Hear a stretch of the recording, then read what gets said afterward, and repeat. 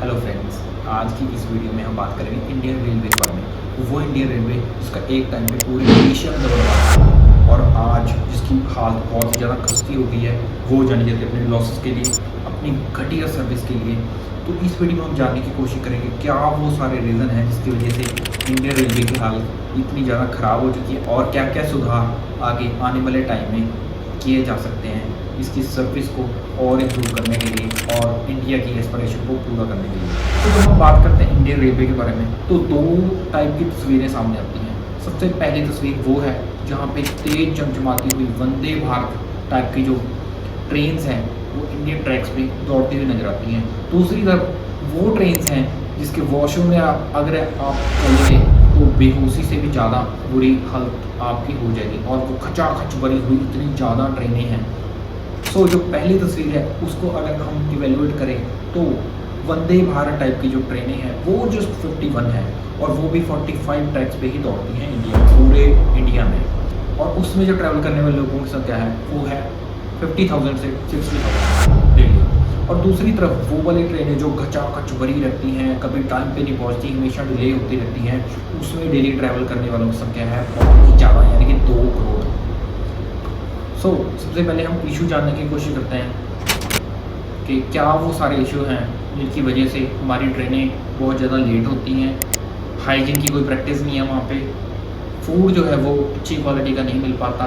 तो शुरू से बात करते हैं, कहानी शुरू कहाँ होती है। बात है 1853 की, जब अंग्रेज़ों ने हमारे देश में उद्घाटन किया इंडियन रेलवे का और सबसे पहली जो ट्रेन है वो चलाई गई बॉम्बे से लेकर थाने तक। बट उनके जो इंटरेस्ट थे, उनका जो पर्पस था इंडियन रेलवे को चलाने का, वो टोटली कॉलोनियल था।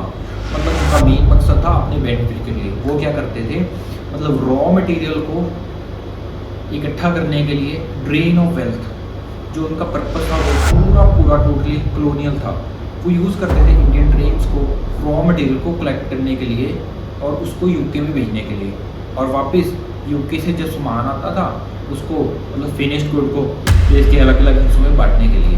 मतलब वो जो कोई वेलफेयर वाला कोई काम नहीं करते थे, वो अपना जस्ट इंटरेस्ट सर्व करते थे। बट आज की तारीख में जो इंडियन रेलवे है वो इंडिया की लाइफलाइन बन चुकी है। वो चाहे फिर पैसेंजर्स के लिए हो, फिर चाहे हमारी लॉजिस्टिक नीड्स को पूरा करने के लिए। तो क्वेश्चन एक आता है, वो इंडियन रेलवे जिसका पूरे एशिया में दबदबा था एक टाइम पे और चाइना से कहीं ज़्यादा डेवलप्ड हमारा नेटवर्क था, अपनी रेस में पछड़ती हुई क्यों नज़र आ रही है। 4 मेजर रीज़न है जो इंडियन रेलवे की डिग्रेडेड हालत के लिए जिम्मेवार है। सबसे पहला जो इशू है वो है कैपेसिटी का। इंडियन जो रेलवे हैं वो अपनी कैपेसिटी से लगभग 2 गुना ज़्यादा मतलब लोड जो है वो डेली का खींच रही हैं। जब इसके बारे में मिनिस्ट्री ऑफ रेलवे से पूछा गया तो उनका जवाब ये था कि इंडिया में कभी मतलब फेस्टिव सीजन की वजह से, कभी हॉलीडेज़ हो गया और इलेक्शन की वजह से, तो वो ट्रेनें अपनी कैपेसिटी से ज़्यादा चलती हैं। बट रियलिटी कुछ और है, वो कोई एक पर्टिकुलर फेस्टिव सीजन की बात नहीं है। आप कभी भी देख लो, आपने देखा होगा कभी ट्रेन की टिकट कभी बुक कराई होगी, फिर वो कोई भी हो, चाहे वो जनरल डिब्बा हो या फिर टायर 2 टायर 3 के बारे में अगर बात करते हैं तो हमेशा क्राउडेड ही रहती है। नेक्स्ट जो दूसरा हमारा इशू है यहाँ पे वो है स्पीड का। इंडिया में जो एवरेज जो स्पीड मानी जाती है, मतलब ट्रेनों की एवरेज स्पीड है वो 50 से 55 किलोमीटर पर आवर है। जहाँ पे वंदे भारत एक्सप्रेस जैसी ट्रेनें जिसकी मैक्सिमम स्पीड है 180 किलोमीटर पर आवर, ज़्यादा जो मैक्सिमम स्पीड है दिखा के गवर्नमेंट ने किराया तो 4-5 गुना मतलब कम कर लिया लोगों से। बट उसकी भी हम अगर इवेल्युएशन करें, एनालिसिस करें उसका भी, तो उसकी जो एवरेज स्पीड निकल जाती है वो होती है 85 किलोमीटर पर आवर। और इसके अलावा आपको एक और इंटरेस्टिंग बात बताता हूँ, हमारे देश में जो मतलब हाई स्पीड ट्रेन की जो डेफिनेशन है वो ही काफ़ी वेग है। जो हमारे यहाँ पे एवरेज जो मतलब स्पीड होती है किसी एक ट्रेन की 50-55 किलोमीटर पर आवर के बीच में वेरी करती है, और यहाँ पे उसको शताब्दी का, हाई स्पीड ट्रेन का, एक्सप्रेस ट्रेन का नाम खिताब दिया जाता है। मैं अपनी तरफ से नहीं बोल रहा हूँ, CAG की रिपोर्ट है यहाँ पे कि हमारे इंडिया में जो एवरेज ट्रेनों की स्पीड है वो 50 किलोमीटर पर आवर से ज़्यादा नहीं है। बट दूसरी तरफ जब हम बात करते हैं चाइना में जो एवरेज जो उनकी स्पीड है ट्रेनों की वो है 140 किलोमीटर पर आवर। एंड जो उनकी बुलेट ट्रेन्स हैं उनका तो पूछो मत, 250 से 300 किलोमीटर पर आवर स्पीड से चलती हैं वो भाई साहब। क्या इमेजिन कर सकते हो। तो इसका सबसे बड़ा मतलब रीज़न क्या है कि इतनी स्पीड मतलब क्यों कम है? स्पीड कम होगी तो डिले होगा, कभी टाइम पे नहीं आएगी। तो सबसे बड़ा इसका रीज़न है ट्रैक्स। जो इंडियन रेलवे के ट्रैक्स हैं वो काफ़ी पुराने हैं और लिमिटेड हैं।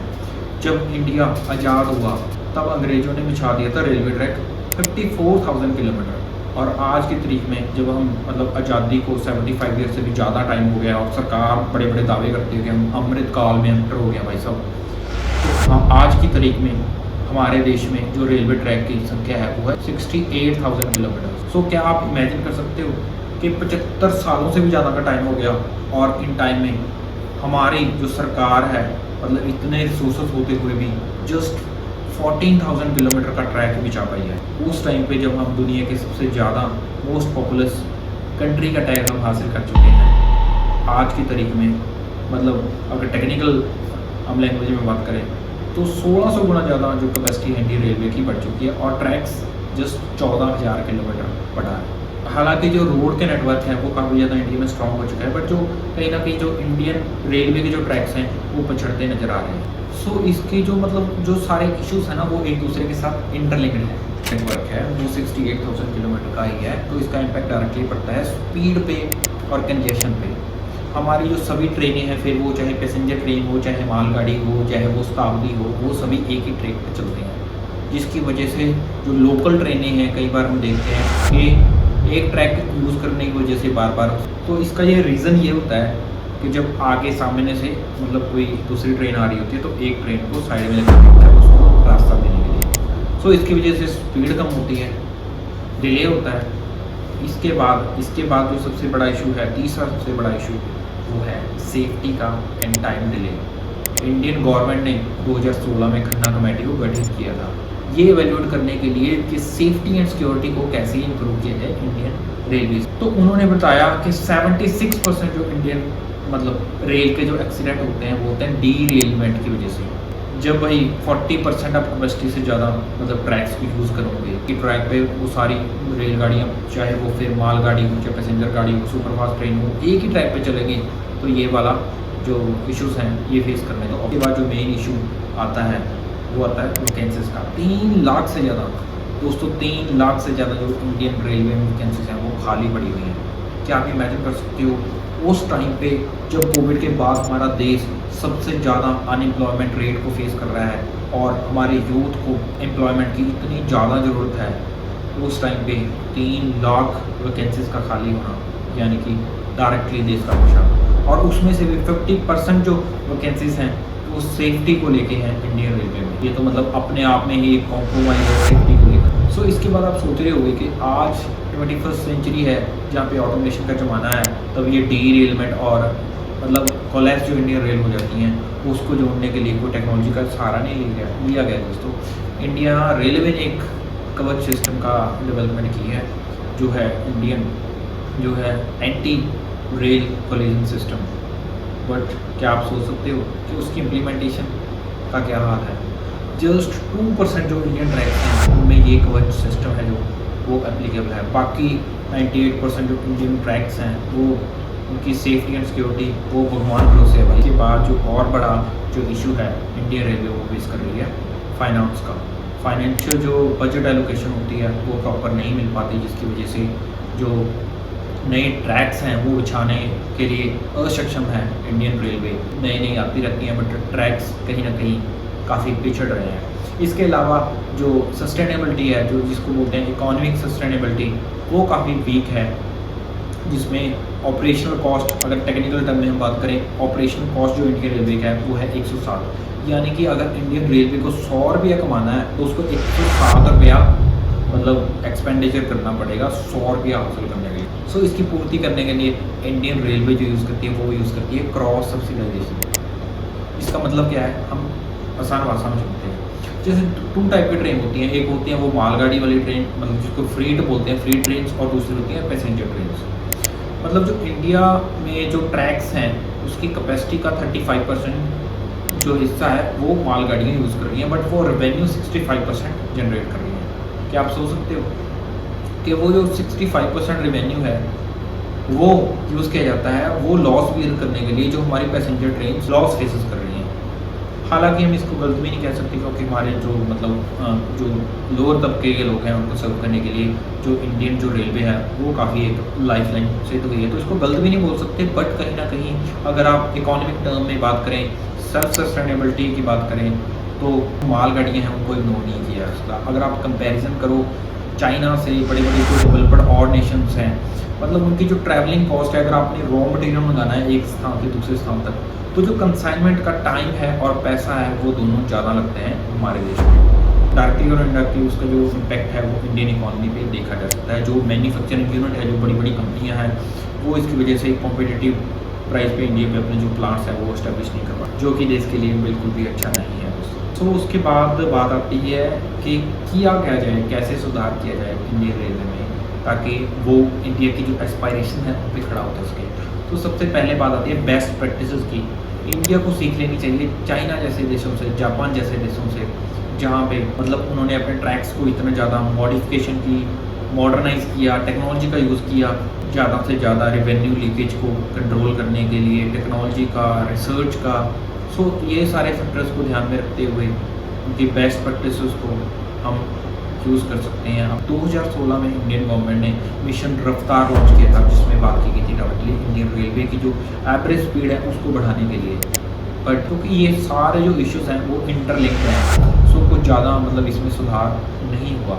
इसके अलावा जो पुराने ट्रैक्स हैं जिसकी कैपेसिटी नहीं है हाई स्पीड ट्रेन को रन करने के लिए, उनको कहीं ना कहीं अपग्रेड करने की ज़रूरत है। इसमें R&D का काफ़ी ज़्यादा रोल है, और इंडियन गवर्नमेंट को फाइनेंस से रिलेटेड जो प्रॉब्लम है उनको भी कोई सोल्यूशन, उसका भी कोई परमानेंट सोल्यूशन लेके आने की ज़रूरत है। इसके बाद जो सबसे ज़्यादा इम्प्रूवमेंट की लोड़ है वो है आप में और हम में, एटीट्यूडल चेंज ऑफ सोसाइटी।